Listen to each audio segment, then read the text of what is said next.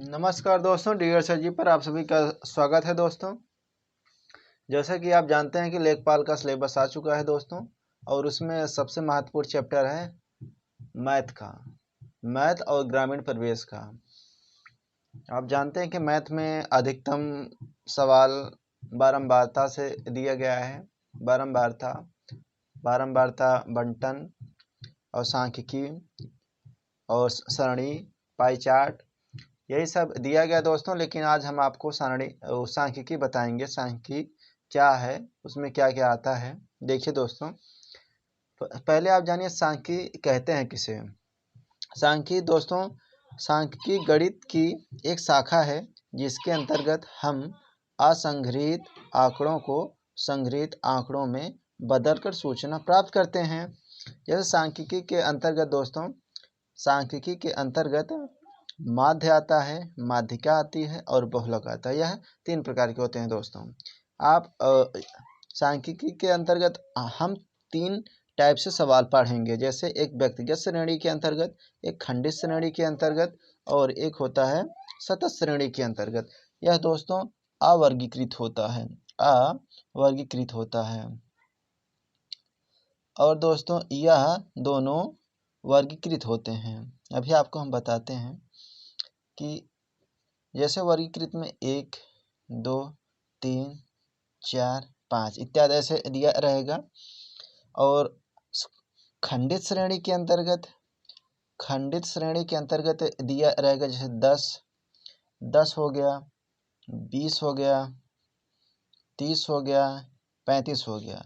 अब 10 में से 5 ऐसे छात्र हैं जो 10 में से 10 पाए हैं, और 20 में से ऐसे हैं जो 7 में से 7 पाए हैं, और 30 में से 15 हैं, और 35 में से 20 हैं। मान लीजिए दोस्तों कि 20 छात्र ऐसे हैं जो 35 में 35 पाए हैं। यह एक निश्चित है दोस्तों कि 15 छात्र ऐसे हैं जो 30 पाए हैं, और 7 छात्र ऐसे हैं जो 20 पाए हैं। या आप ऐसे कह सकते हैं कि जो 20 है वह 7 बार है, और 30 जो है 15 बार है, और 35 20 बार है दोस्तों। यह एक निश्चित श्रेणी है। और सतत श्रेणी के अंतर्गत दोस्तों, तो जैसे 0 से 10, फिर 10 से 20, फिर 20 से 30 दोस्तों। अब इसमें से 0 से 10 के बीच में 5 छात्र ऐसे हैं, और फिर 7 छात्र हो गए दोस्तों, यहाँ 10 छात्र हो गए। मतलब 5 छात्र ऐसे हैं जिनके नंबर मान लीजिए कि 0 से और 9 के बीच में है, लेकिन कन्फर्म नहीं है कि उनका नंबर कितना है, हमको निकालना पड़ता है इसके लिए। और 7 छात्र ऐसे हैं जिनका नंबर 10 से और 20 के बीच है, और 10 छात्र ऐसे हैं जिनका नंबर 20 से और 30 के बीच है दोस्तों। ये भी हमको निकालना पड़ेगा। अभी हम आपको पहला टाइप बताते हैं कि व्यक्तिगत श्रेणी के अंतर्गत हमको 3-4 सवाल आपको बताएंगे जिससे आपको समझ में आ जाए। व्यक्तिगत अंतर्गत माध्य और समांतर माध्य हम आपको निकालना बताएंगे। आप पहला सवाल देखिए, 7, 5, 6, 2 है दोस्तों, और 8 का समांतर माध्य क्या होगा दोस्तों। समांतर माध्य का मतलब दोस्तों औसत निकालना होता है। जिसे आप औसत पढ़े होंगे ना, तो औसत ही निकालना होता है। जैसे 7 + 5 + 6 + 2 + 8 यही संख्या दिया गया है। अब इसको जोड़ लीजिए और जितनी संख्या है टोटल करके उतना नीचे लिख दीजिए। जैसे कि 1, 2, 3, 4, 5 है, 5 यहाँ लिख दीजिए। अब इनको आप काउंट करिए। 8 2 10, 10 6 16, 16 5 कितना होता है तो 16 5 21, 21 7 28, यानी 28/5 कर दीजिए। आप इनको भाग दीजिए। 25 हो गया। अब बचा कितना, 3 बचा, यानी पॉइंट रखिए 5 × 30, यानी इसका समांतर माध्य आया 5.6। यही इसका माध्य है दोस्तों। ठीक है, अब आपको अगले सवाल बताते हैं। देखिए दोस्तों, लिखा गया है, यदि 8, 4 और यक्स और 10 का समांतर माध्य 6 दिया है तो यक्स का मान आपको बताना है। इसमें माध्य दिया गया है, आपको यक्स का मान निकालना है दोस्तों। ऐसे भी सवाल आ जाता है दोस्तों। चलिए देखते हैं, जैसे उसको निकाला गया वैसे सेम निकालेंगे। 8 + 4 + x + 10। अब टोटल संख्या कितनी है, 1 2 3 4 बटे में आप 4 लिख सकते हैं। 4 लिख दिए। अब कितना माध्य दिया है, 6 दिया है। अब इसका मल्टीप्लाई इसमें कर दीजिए, यानी आप लिख सकते हैं 8 + 4 + x + 10 बराबर 24, इतना लिख सकते हैं। अब आप 8 4 12, 12 10 22, यानी आप इसको जोड़ सकते हैं, यानी 22 + x हो गया बराबर 24 हो गया दोस्तों। अब हम आपको अब यही 22 इस साइड ले जाइए तो भाई तभी x का मान निकलेगा, यानी 24 - 22 यानी बराबर 2, यानी x के स्थान पर 2 आएगा दोस्तों, इसलिए आंसर 2 हो जाएगा। हम आपको अब अगला क्वेश्चन बताते हैं दोस्तों। अगली सवाल देखिए दोस्तों, दिया गया है कि 10 प्रेक्षणों का माध्य 14 है, यदि प्रत्येक प्रेक्षण में 5 जोड़ा जाता है तो परिणामी माध्य क्या होगा। यानी 14 प्रेक्षणों का माध्य 14 दिया है, यदि प्रत्येक प्रेक्षण में हम 5 जोड़ेंगे तो परिणामी माध्य क्या होगा दोस्तों। आप जानते हैं कि 14 प्रेक्षणों का माध्य 14 दिया है, 10 प्रेक्षणों का माध्य 14 दिया है, यानी 10 × 14 यानी 140 हो गया दोस्तों। कह रहा है कि यदि प्रत्येक प्रेक्षण में 5 जोड़ा जाए, यानी 10 प्रेक्षण है, हम 5 जोड़ेंगे तो कितना हो जाएगा दोस्तों, 10 × 5, यानी 10 बार हम 5 जोड़ेंगे तो कितना हो जाएगा, 50 दोस्तों।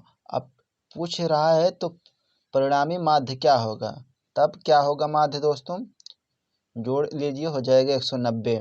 190 हो जाएगा तो इसका माध्य क्या होगा दोस्तों, 190। टोटल प्रेक्षण कितनी है, 10, यानी 10 से आप भाग दीजिए, 1 0 से 1 0 कट गया, यानी 19। इसका माध्य कितना हो जाएगा, 19 हो जाएगा दोस्तों। अब आपको अगली सवाल देखिए, दिया गया है कि यदि 5 संख्याओं यानी x + 1, x + 2, x + 3, x + 4 व x + 5 का माध्य 15 हो तो प्रथम 3 संख्याओं का माध्य क्या होगा दोस्तों। यानी इसका और इसका और इसका, यानी प्रथम 3 संख्याओं का माध्य पूछा है कितना होगा।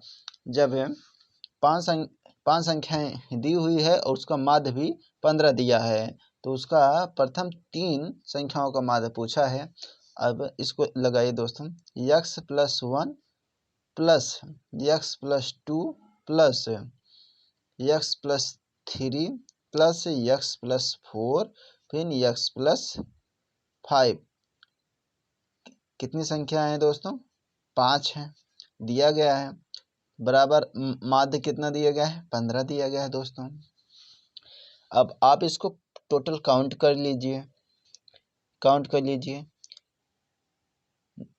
2 1 3 हो गया, 3 3 6 हो गया, 6 4 10 5 15 हो गया दोस्तों। यानी 5x प्लस कितना होगा, 15/5 बराबर 15।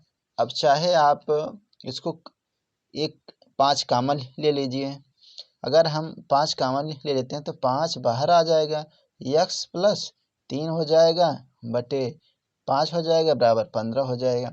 अब 5 से 5 आप काट सकते हैं, तब आपको x + 3 बराबर 15, यानी x बराबर 15 - 3 यानी 12। x बराबर कितना आ जाएगा, 12 आ जाएगा।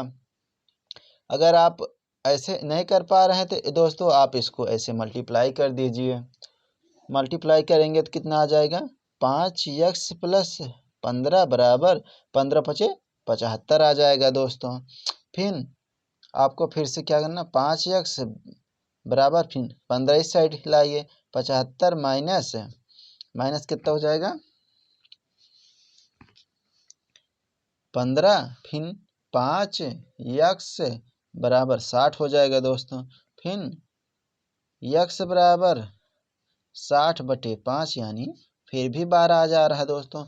अब क्या पूछा है कि प्रथम तीन संख्याओं का माध्य जहाँ x + 1 है तो आप इसमें 12 रखेंगे तो कितना हो जाएगा, 13 हो जाएगा।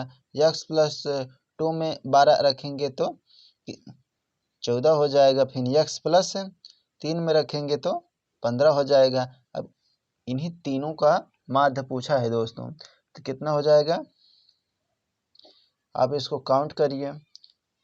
5 4 9 3 12 हो जाएगा, 3 1 4 हो जाएगा, 42 हो जाएगा। या तीन संख्या है, आप 3 से इसमें भाग देंगे तो 14 आ जाएगा दोस्तों।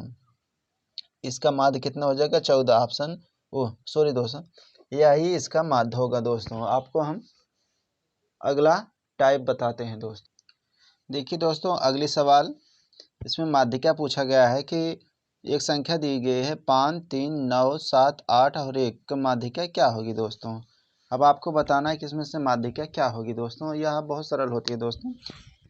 देखिए दोस्तों, आप पहले इसको चाहे बढ़ते क्रम में लिख लीजिए या घटते क्रम में।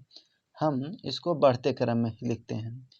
1 दिया है, 3 दिया है, 5 दिया है, उसके बाद 7 है दोस्तों, उसके बाद 8 है, फिर 9 है। बस आपको इसमें से माध्यिका ज्ञात करना है। माध्यिका ज्ञात करने के लिए सबसे पहले हम संख्या चेक करेंगे कि यह बराबर हैं कि सम विषम है। जैसे कि 2 इस साइड से, 2 इस साइड से।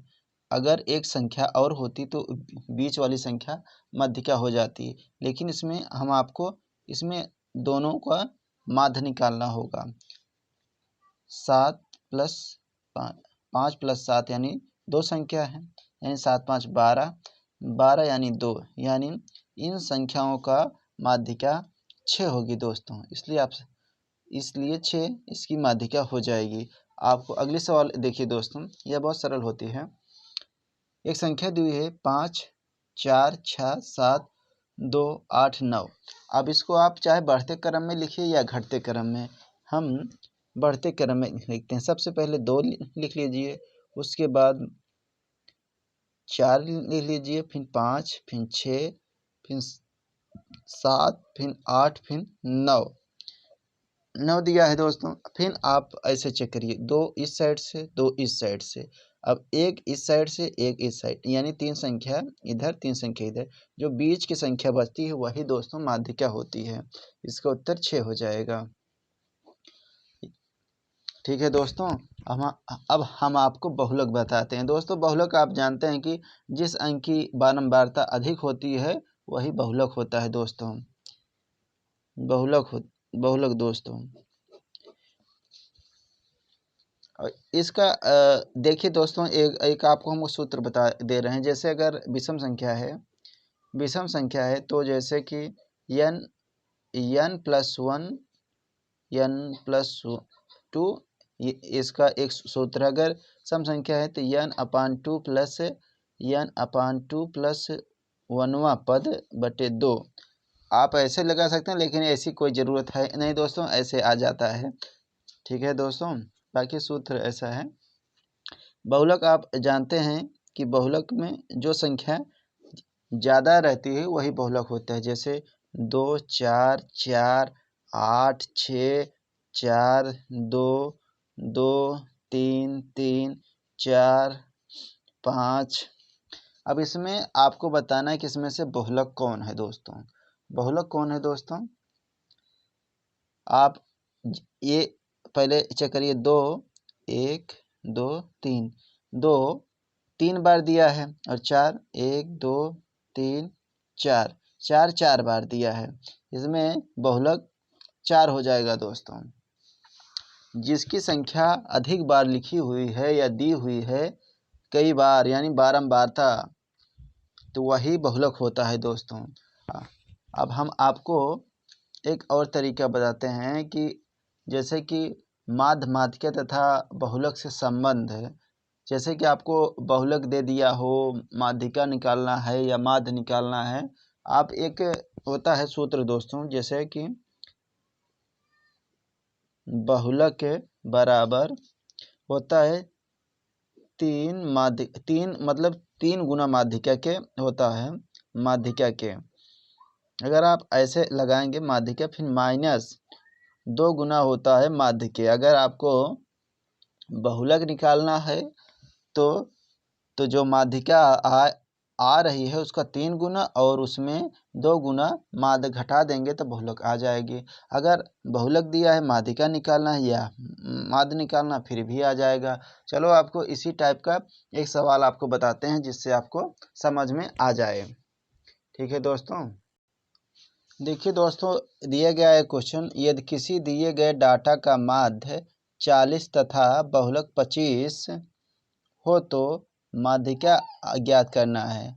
इसमें माध्य 40 दिया गया है, बहुलक 25 दिया गया है, आपको माध्यिका ज्ञात करना है। आपको बताया कि बहुलक बराबर होता है 3 माध्यिका माइनस 2 माध्य, यानी माध्य दिया गया है और बहुलक दिया गया है। जहाँ जहाँ लिखा है वैसे वैसे रख दीजिए। बहुलक के स्थान पर 25 लिख दीजिए बराबर 3, फिर माध्यिका को ऐसे माध्यिका लिख लीजिए, माध्यिका फिर माइनस 2 और माध्य कितना दिया गया है 40 दिया है दोस्तों। अब 25 हो गया, फिर बराबर 3 माध्यिका हो गया दोस्तों, माध्यिका फिर माइनस 40 दूना 80 माइनस हो गया दोस्तों। फिर अब 80 को इस साइड लाइए, हो जाएगा 80 प्लस 25 बराबर 3 माध्यिका हो जाएगा, माध्यिका हो गया दोस्तों।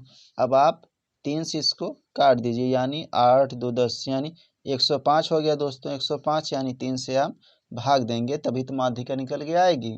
3 से भाग दीजिए, 3 3 9, 3 5 15, यानी माध्यिका कितना आ गया दोस्तों, माध्यिका 35 आ गई।